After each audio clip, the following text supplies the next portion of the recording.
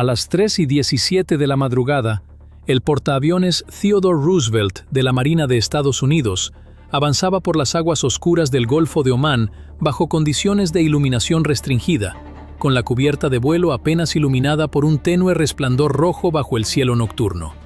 Sus buques de escolta se desplegaban a su alrededor como sombras de acero. El mar estaba en calma, una calma casi inquietante.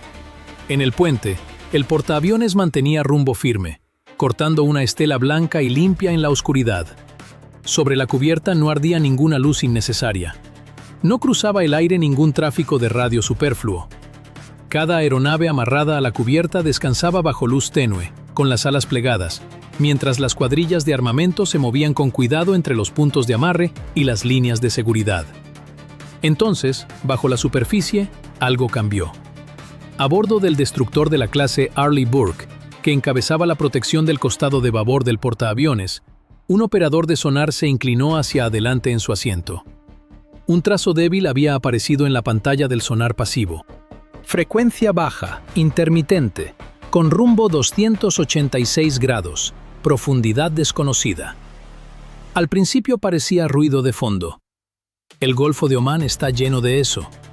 Tráfico mercante, crestas submarinas, capas de temperatura, el eco lejano de hélices que rebota en el agua como fantasmas. Pero esta señal era distinta.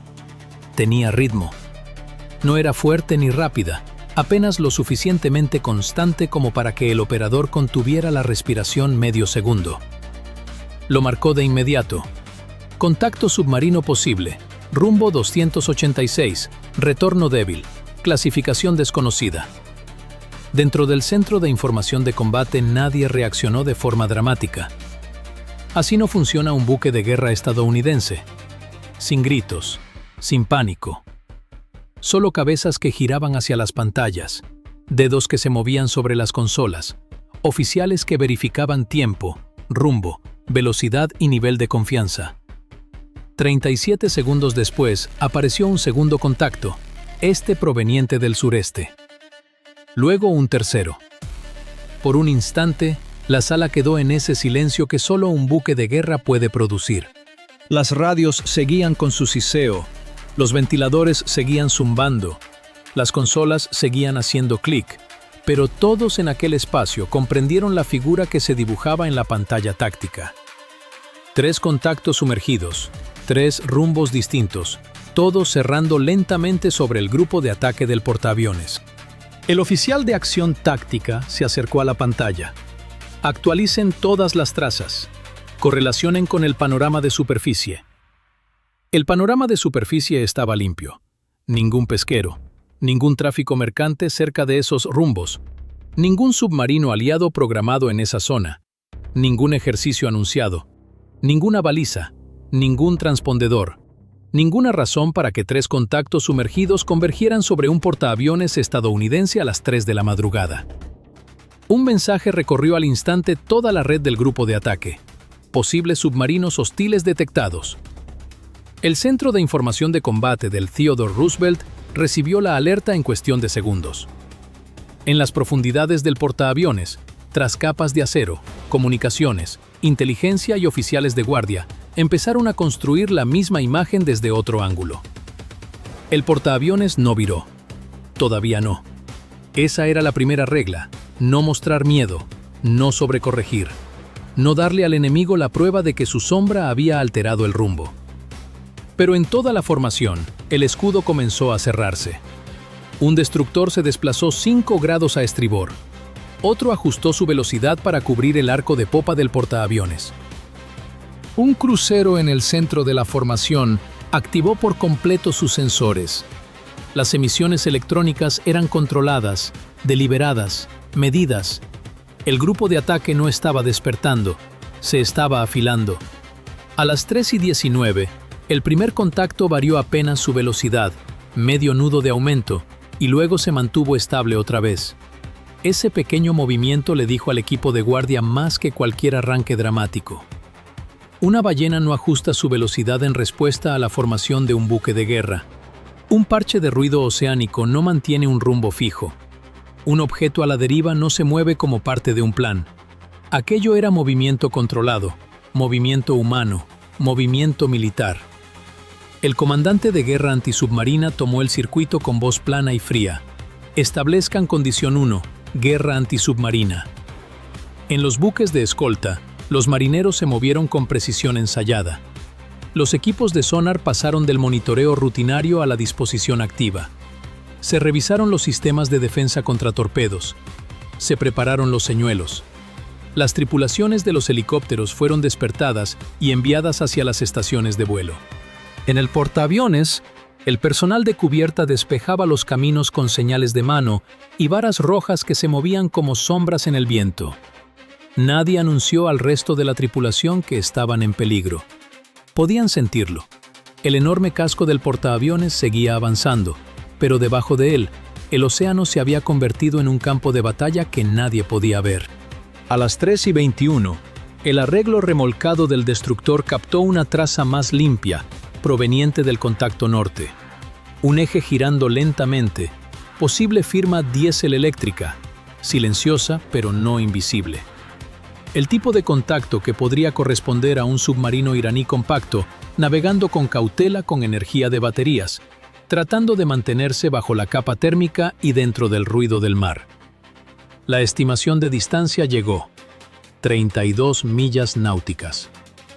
Si mantenía rumbo y velocidad, se acercaría a un posible alcance de armas en menos de media hora. El oficial de acción táctica repitió la cifra. No porque a nadie se le hubiera escapado, sino porque números así tienen peso. 32 millas náuticas. Tiempo hasta la zona de peligro: 26 minutos. En el Theodore Roosevelt, el capitán ya estaba en el centro de dirección de combate. El almirante permanecía de pie tras la pantalla principal, inmóvil, con la mirada fija en los 3 contactos. A su alrededor, los oficiales construían la geometría de la amenaza. Un submarino en aproximación por babor, otro girando hacia la popa, uno más profundo y lento, manteniéndose atrás como un vigía, esperando a que los otros 2 forzaran al portaaviones a virar. No era un encuentro casual, era un patrón de emboscada. Los iraníes no habían entrado a la carga. Habían llegado en silencio, con paciencia, usando la oscuridad, la temperatura del agua y el propio tamaño del portaaviones en su contra. Un portaaviones es poderoso, pero también es enorme. No puede esconderse. No puede detenerse rápido. No puede esquivar como una lancha patrullera. Por eso nunca navega sola. A las 3:23, el primer helicóptero Seahawk fue autorizado a despegar. Sus palas empezaron a girar en la cubierta de vuelo del destructor, despacio al principio, luego cada vez más rápido, cortando el aire nocturno en pulsos duros. La tripulación llevaba equipo de visión nocturna. El operador de sensores ya cargaba el patrón inicial de búsqueda sonora. El Seahawk despegó hacia la oscuridad, inclinándose bajo sobre el agua. Debajo de él, los 3 contactos seguían acercándose. Entonces el destructor pasó a modo activo. Un pulso de sonar golpeó el océano negro. El sonido viajó por el agua más rápido que cualquier advertencia. Chocó contra metal, se dispersó y regresó. En la pantalla, las trazas débiles se endurecieron. 1, 2, 3. El operador de sonar miró la pantalla y habló con la calma de un hombre que confirma exactamente lo que todos ya temían. Contactos sumergidos múltiples confirmados. 3 trazas cerrando la formación. Nadie del lado estadounidense disparó. Nadie necesitaba hacerlo. Todavía no, porque en ese momento la emboscada ya había fallado en su primer objetivo. Los submarinos ya no eran fantasmas, y el Theodore Roosevelt ya no era solo un portaaviones cruzando el Golfo de Omán. Estaba siendo cazado, pero ahora los cazadores habían sido vistos. A las 3:24, el grupo de ataque dejó de moverse como una formación y comenzó a moverse como un escudo. El Theodore Roosevelt mantenía su rumbo por el Golfo de Omán, pero a su alrededor, los escoltas se ajustaban en grados, no en millas. Esa era la disciplina del asunto. Sin virajes bruscos, sin pánico visible, sin ningún movimiento que revelara a los submarinos que los estadounidenses estaban adivinando. Pero dentro de los centros de información de combate ya nadie adivinaba nada. Los 3 contactos sumergidos habían sido confirmados. Uno en el cuarto de babor, otro girando tras la formación, otro más profundo y lento, manteniéndose fuera del patrón, como esperando a que los primeros 2 abrieran una brecha. En la pantalla táctica, la geometría era fea. El primer submarino iraní se acercaba desde el oeste, lento y silencioso, usando la propia sombra acústica del portaaviones para enmascarar su aproximación. El segundo trabajaba hacia el arco de popa, donde un portaaviones tan grande es más vulnerable durante un viraje forzado. El tercero había descendido, moviéndose cerca del borde de la capa térmica, casi como si estuviera observando la reacción estadounidense antes de decidir cuándo comprometerse. Aquello no era un movimiento aleatorio, era presión coordinada. El comandante de guerra antisubmarina estudiaba la pantalla desde el centro de información de combate del destructor, una mano apoyada junto a la consola, los ojos fijos en las líneas de rumbo que lentamente se cerraban alrededor del Roosevelt. Contacto 1 se mantiene estable. Contacto 2 está maniobrando. Contacto 3 permanece profundo. Nadie necesitaba que dijera el resto. Estaban intentando dividir la pantalla. El plan iraní ya resultaba bastante claro. Empujar un submarino hacia el costado de babor del portaaviones para forzar a una escolta a desplazarse a investigar. Usar el segundo submarino para amenazar el arco de popa. Mantener el tercero oculto como el verdadero peligro, esperando una brecha en el anillo protector. Era una idea vieja, actualizada con paciencia moderna. No atacar al portaaviones directamente, atacar la formación que lo rodea. A las 3:26, el puente del Roosevelt recibió la actualización del plano táctico. El capitán no ordenó un viraje. El almirante no autorizó el uso de armas. El grupo de ataque se mantuvo en calma, porque la calma es un arma cuando el otro lado intenta hacerte reaccionar. Mantengan el rumbo, llegó la orden. Refuercen la pantalla antisubmarina, no se sobreextiendan. En toda la formación, los destructores volvieron a ajustarse. Uno avanzó para ampliar la cobertura del sonar. Otro redujo levemente la velocidad para mejorar el rendimiento del arreglo remolcado. El crucero se mantuvo más cerca de la línea central del portaaviones, sosteniendo el panorama de defensa aérea mientras los destructores se concentraban en lo que ocurría bajo la superficie. El mar, visto desde arriba, parecía vacío. Por debajo, se estaba cerrando. En la cubierta de vuelo del primer destructor, el Seahawk se desplazaba bajo sobre el agua, con las luces de navegación tenues y su tripulación de sensores ya conectada a la red del grupo de ataque. La tarea del helicóptero era simple en teoría y brutal en ejecución. Colocar sensores donde los buques no podían llegar, lanzar boyas sonoras por delante de los contactos y convertir el Océano Negro en un mapa. La primera boya tocó el agua a las 3:27, luego la segunda, luego la tercera. Pequeños chapoteos que desaparecían en la noche, pero en las pantallas del helicóptero y del destructor, el océano empezaba a hablar. Cada boya escuchaba desde una posición distinta. Cada una añadía una capa de verdad acústica.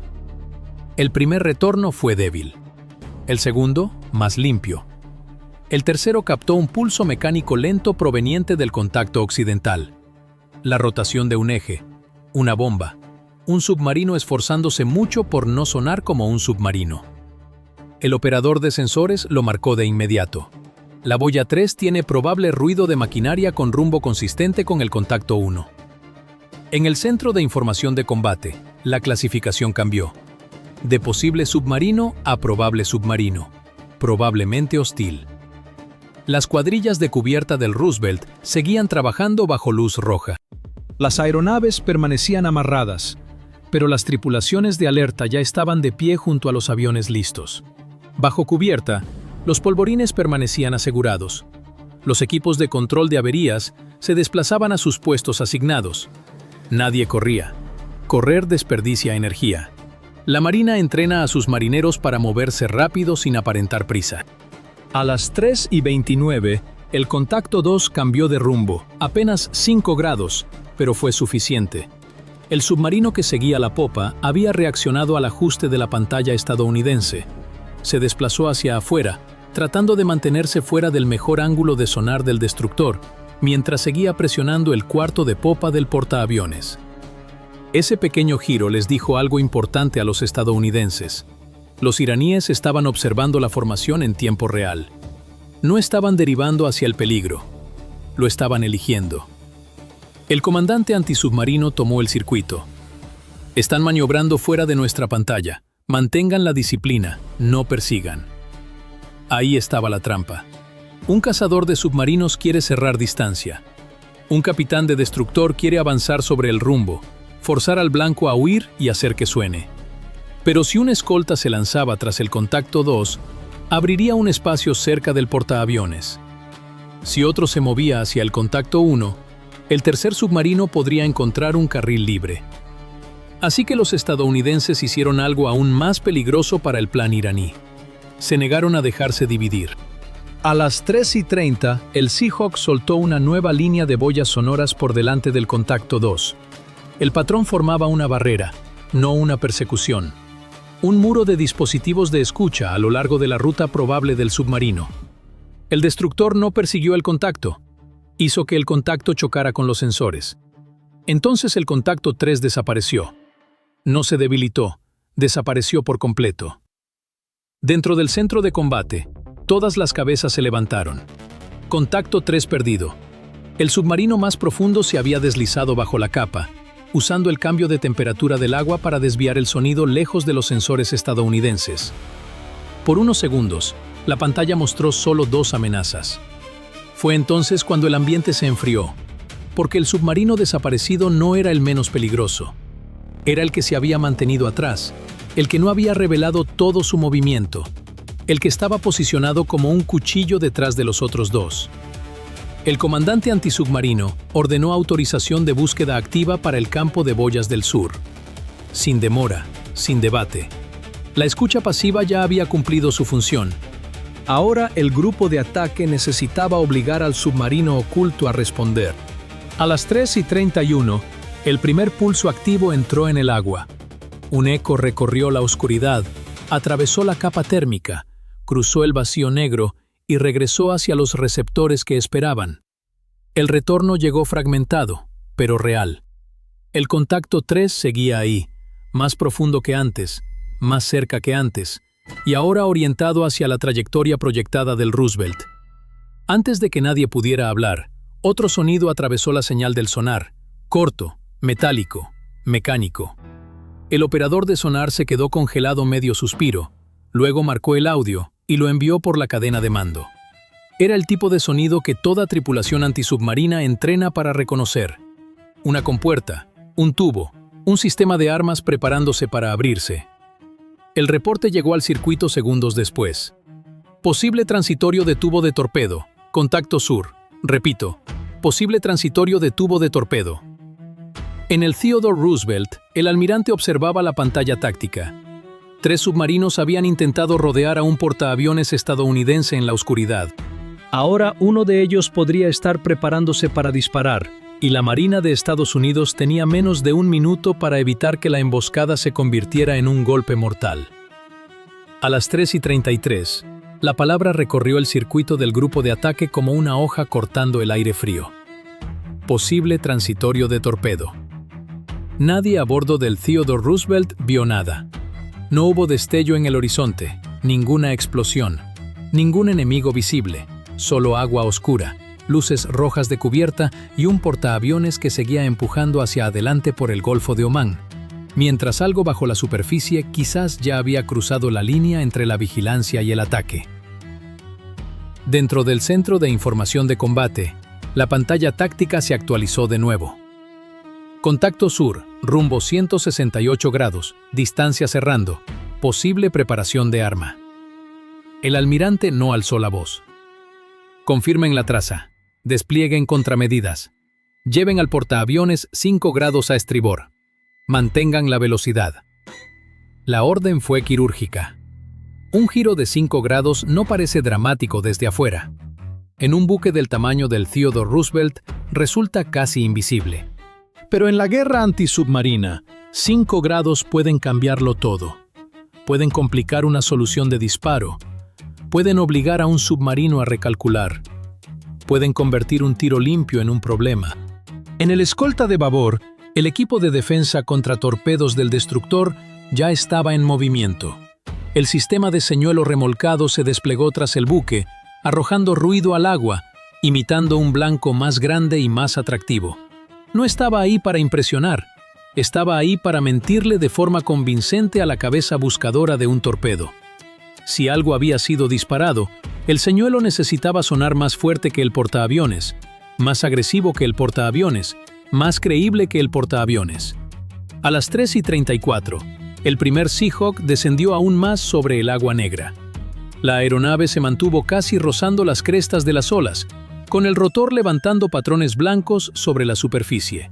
Adentro, el operador de sensores veía cómo se cerraba el trazado del contacto y eligió el siguiente punto de lanzamiento, desplegando boya activa.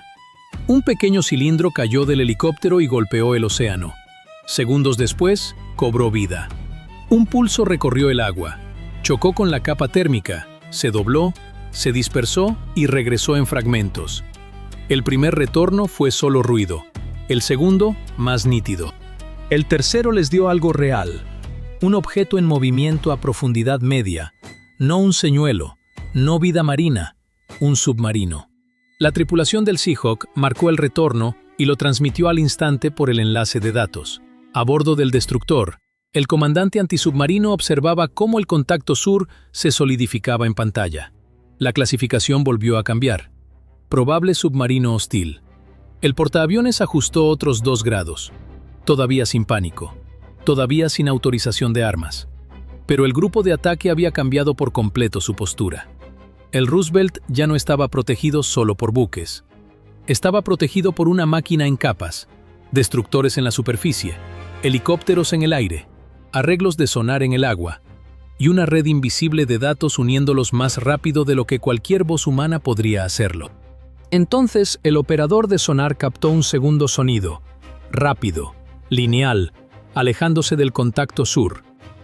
Durante 2 segundos, todos los hombres en la sala de sonar se inclinaron hacia el audio.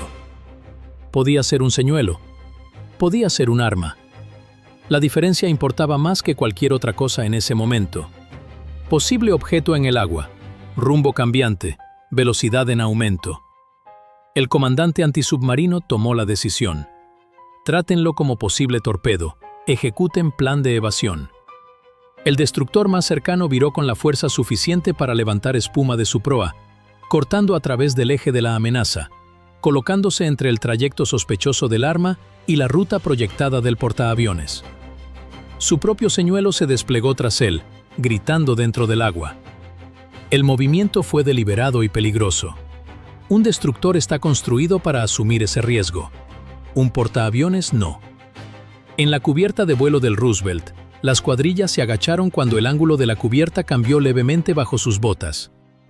Las cadenas se tensaron alrededor de las llantas de las aeronaves. Las cuadrillas de armamento con casaca roja se quedaron inmóviles hasta que el movimiento se estabilizó. En la isla, los oficiales de guardia seguían a los escoltas a través de ópticas nocturnas y repetidores de radar. Nadie necesitaba un discurso. Todos sabían lo que estaba ocurriendo. Algo bajo la superficie había obligado a todo el grupo de ataque a moverse. A las 3:36, la posible línea de torpedo se desvió. El señuelo estaba funcionando, o el contacto nunca había sido un torpedo real. Esa incertidumbre no tranquilizó a nadie. La Marina no sobrevive asumiendo la mejor versión de los hechos. Sobrevive preparándose para lo peor y demostrando que estaba equivocada antes de que llegue. El Seahawk bajó su sonar de inmersión al agua. El cable descendió hacia la oscuridad. El helicóptero se mantuvo firme en vuelo estacionario, luchando contra el viento, el rocío y la vibración del rotor mientras la cabeza del sonar se hundía bajo la superficie. Luego llegó el pulso activo. El retorno golpeó con fuerza. El submarino del sur había cambiado de profundidad y girado hacia el este, intentando deslizarse bajo la sombra acústica de la estela del portaaviones. Fue un movimiento inteligente. Demasiado inteligente para ignorarlo. El operador de sensores del Seahawk lo siguió a través de 2 pulsos más. El contacto está maniobrando, velocidad en aumento, posible evasión. Ese fue el momento en que la emboscada comenzó a revertirse. Hasta entonces, los iraníes habían elegido los ángulos. Habían sido pacientes, silenciosos y coordinados. Pero ahora, uno de ellos estaba reaccionando. Y cuando un submarino reacciona, toma decisiones. Cuando toma decisiones, hace ruido. Cuando hace ruido, la Marina de Estados Unidos empieza a construir una huella. A las 3:38, el avión de patrulla marítima Poseidón llegó a gran altura sobre la escena. Nadie en la superficie podía verlo a través de la oscuridad, pero su presencia cambió toda la cacería.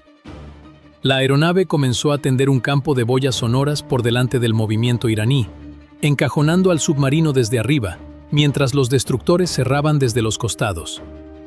Cada boya se convertía en otro oído, cada retorno en otra línea. Cada línea reducía el agua disponible. El segundo submarino iraní respondió liberando un señuelo. Una firma artificial fuerte y limpia floreció al noroeste del grupo del portaaviones, claramente diseñada para atraer a un escolta fuera de posición. El comandante antisubmarino no mordió el anzuelo. Mantengan la pantalla, clasifiquen e ignoren el señuelo. La formación estadounidense se sostuvo. Esa disciplina fue la diferencia entre sobrevivir a una emboscada y caminar más profundo hacia ella. A las 3:40, la voz del almirante recorrió el circuito. Autorizo la persecución activa. Las palabras fueron tranquilas, el significado, no. A partir de ese segundo, la Marina de Estados Unidos ya no solo defendía al portaaviones, estaba cazando a los submarinos que habían intentado acecharla. El Seahawk viró al sur, con el sonar de inmersión aún mojado. El destructor orientó su proa hacia el contacto.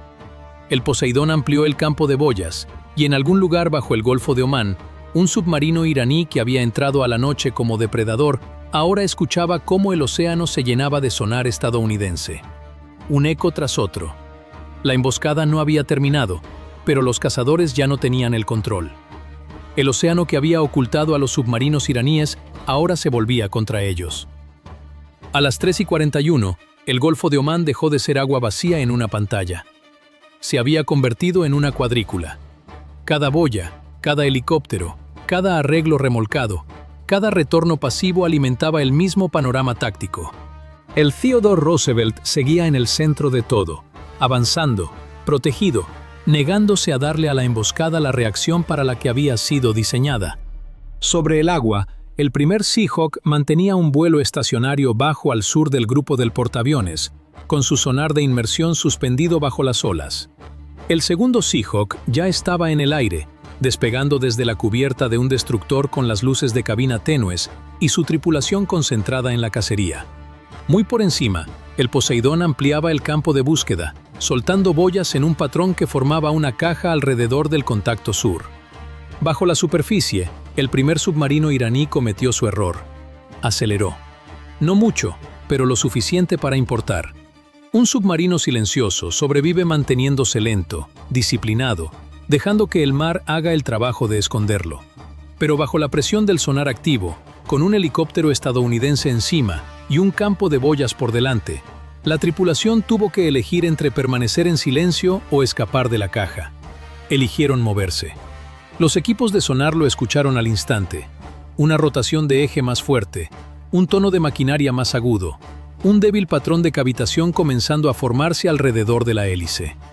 Dentro del centro de combate del destructor, el contacto se afinó. Contacto 1 aumenta velocidad. Clasificación con confianza creciente. El comandante antisubmarino no sonrió. No lo necesitaba. El submarino acababa de entregarles la primera pieza de su huella. Cada submarino tiene un sonido. No un solo sonido, sino una colección de pequeños hábitos mecánicos. Bombas, válvulas, motores, rodamientos. La forma en que su hélice muerde el agua a ciertas velocidades. La forma en que su maquinaria vibra a través del casco. Para la mayoría de la gente es solo ruido. Para un equipo de sonar entrenado, es identidad. El contacto 1 ya no era solo un rumbo. Se estaba convirtiendo en un expediente. A las 3:43, el contacto 2 intentó romper el panorama. Un señuelo acústico fuerte floreció al noroeste de la formación, de pronto más brillante que cualquier otra cosa en el agua. Para un operador sin entrenamiento, habría parecido que el submarino había salido disparado. Para la Marina de Estados Unidos, parecía exactamente lo que era: demasiado limpio, demasiado fuerte, demasiado perfecto. Un blanco falso. Señuelo clasificado. Mantengan la traza sobre el contacto real. El destructor no lo persiguió. El portaaviones no viró hacia él. La pantalla no se abrió. Ese fue el momento en que el plan iraní empezó a perder estructura.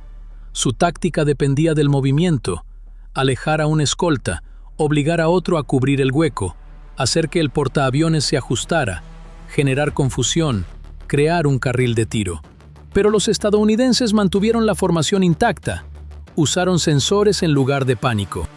El segundo Seahawk cruzó por delante de la trayectoria proyectada del Roosevelt y soltó una nueva línea de boyas entre el contacto 2 y el arco de popa del portaaviones.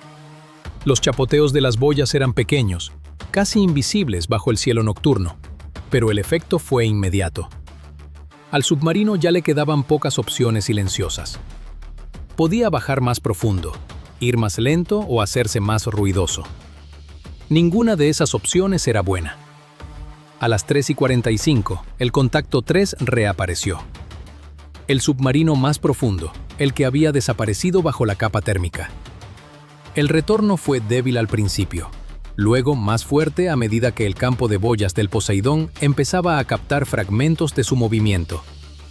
Estaba más al este de lo esperado, ligeramente por delante de la ruta del portaaviones. Eso confirmó lo que el equipo antisubmarino había sospechado desde el principio. El contacto 3 no se había escondido para escapar. Se había escondido para esperar. Estaba posicionado como la última pieza de la emboscada, el submarino destinado a aprovechar la brecha si los escoltas eran atraídos fuera de posición. Pero ya no había ninguna brecha. El anillo protector del Roosevelt se había mantenido firme, y el submarino oculto estaba siendo apretado desde arriba, desde atrás y desde ambos costados. Entonces entró en la lucha el submarino estadounidense que nadie había visto.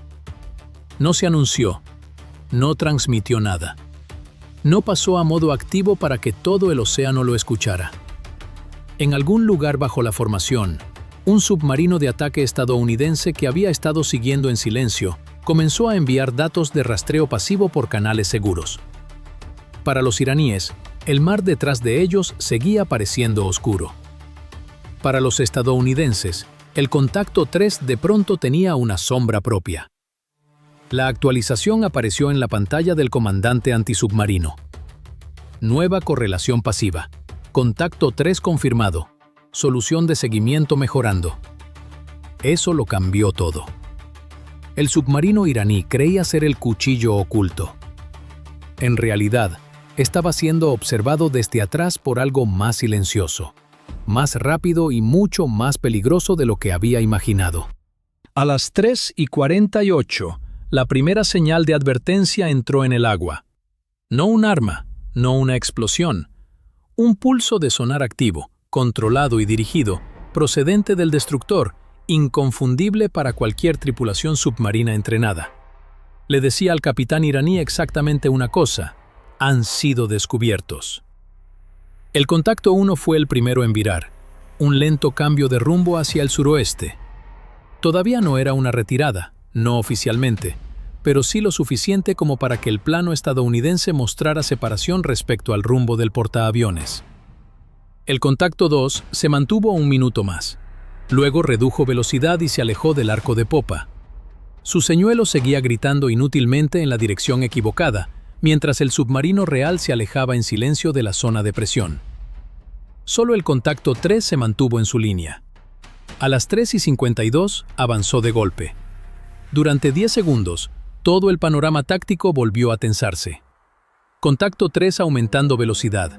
Nuevo rumbo intersecta la ruta proyectada del portaaviones. El destructor más cercano al costado de estribor del portaaviones cambió de rumbo. El Seahawk giró al sur. El Poseidón soltó otra boya. El submarino estadounidense detrás del contacto 3 se ajustó en silencio, manteniendo su posición de seguimiento. Dentro del centro de dirección de combate del Roosevelt, el almirante observaba cómo bajaba la distancia. 18 millas náuticas. 17. La autorización para el uso de armas seguía retenida bajo estricta contención, pero cada sistema del grupo de ataque estaba listo. Los destructores tenían el contacto. Los helicópteros tenían el agua marcada. El Poseidón tenía la caja cerrada. El submarino estadounidense tenía el rastro.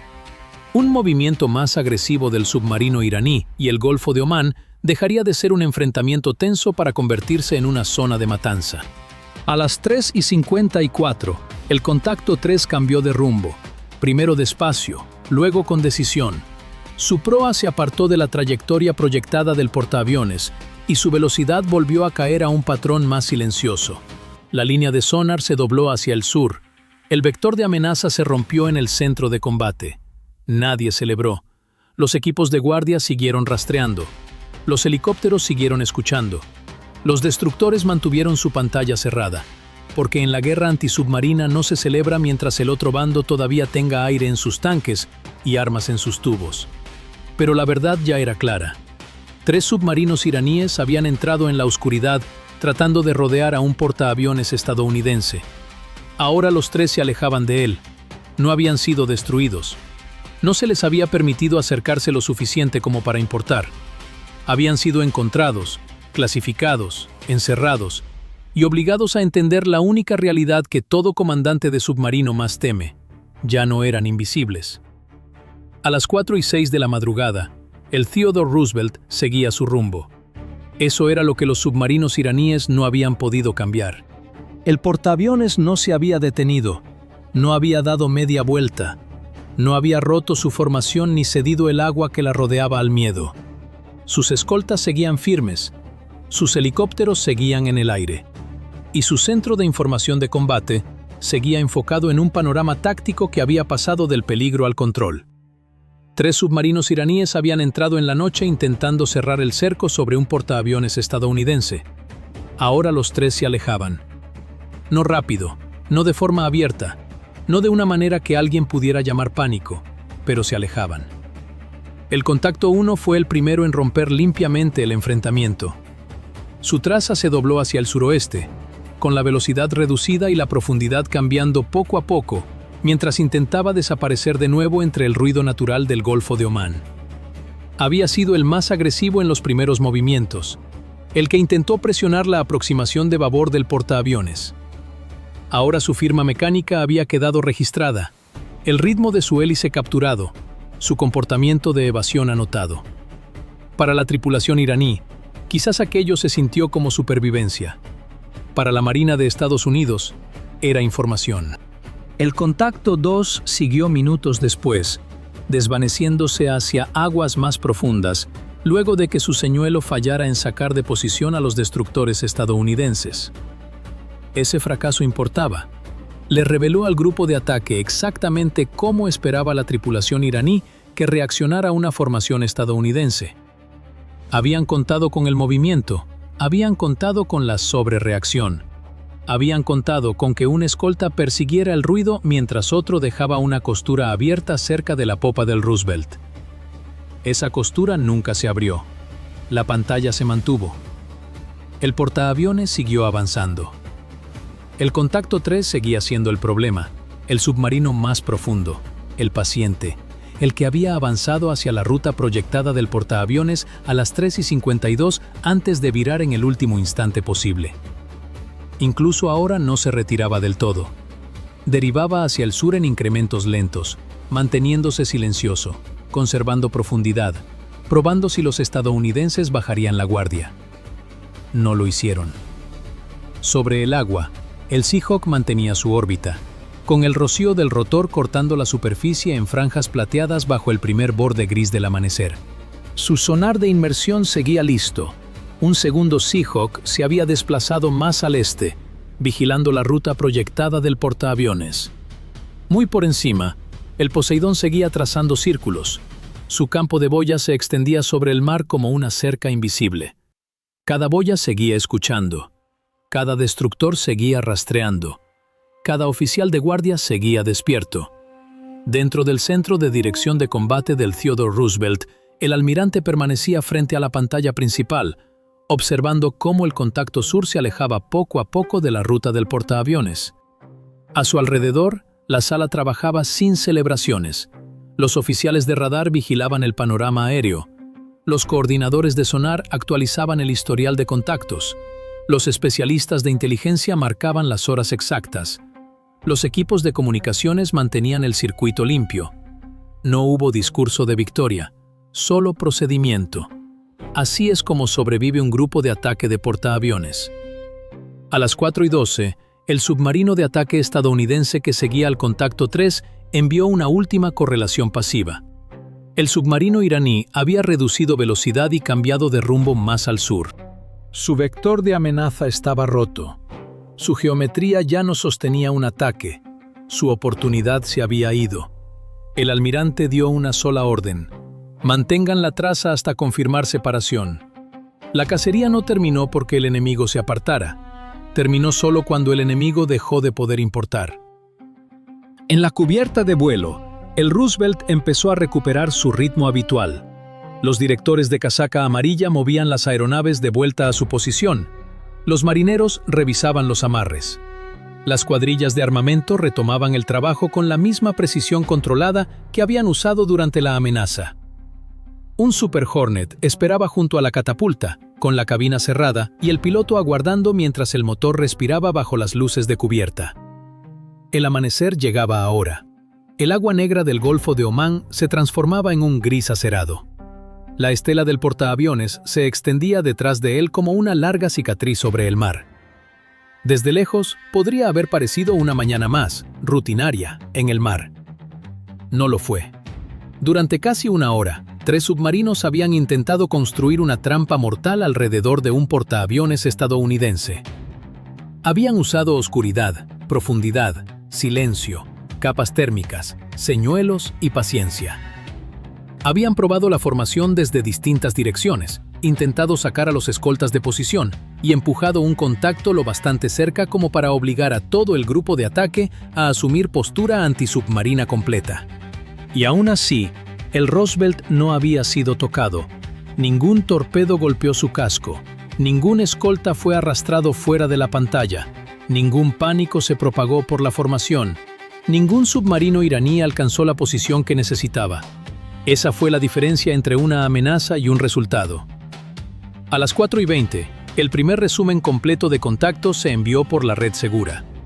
Enumeraba rumbos, cambios de velocidad, estimaciones de profundidad, posibles indicadores de clase, comportamiento de señuelos y posible actividad de tubos de torpedo. El documento se veía árido, clínico, casi aburrido. Pero dentro de esas líneas estaba la verdadera victoria. Estados Unidos había recolectado las huellas acústicas de los 3 submarinos, cómo se movían bajo presión, cómo se ocultaban bajo la capa térmica, cómo desplegaban señuelos, cómo se coordinaban antes de que la formación se cerrara, con qué rapidez se retiraban después de ser marcados por el sonar activo.